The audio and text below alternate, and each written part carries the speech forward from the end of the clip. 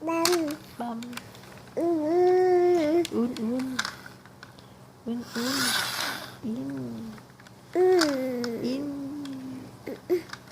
băm băm băm băm băm băm băm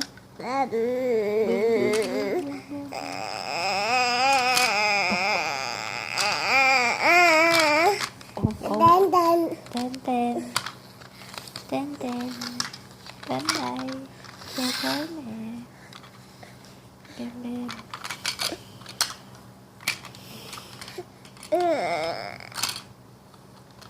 băm băm băm băm băm băm băm băm băm băm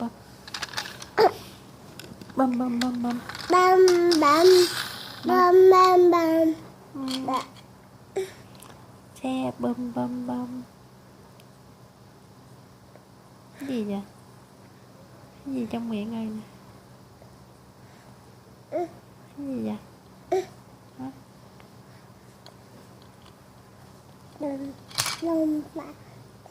Làm xấu rồi.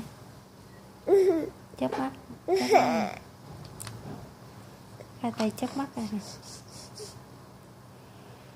Làm xấu rồi. Làm xấu rồi.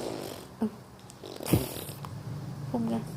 Ủa Thảo mình muốn rửa hình mèo nó gửi vô điện thoại, mình cầm điện thoại là mở lên mình lựa hả? Thì nó gắn vô trong máy vi tính ra đó, đó là lựa. Nên mình đem điện thoại ra hả? Ừ.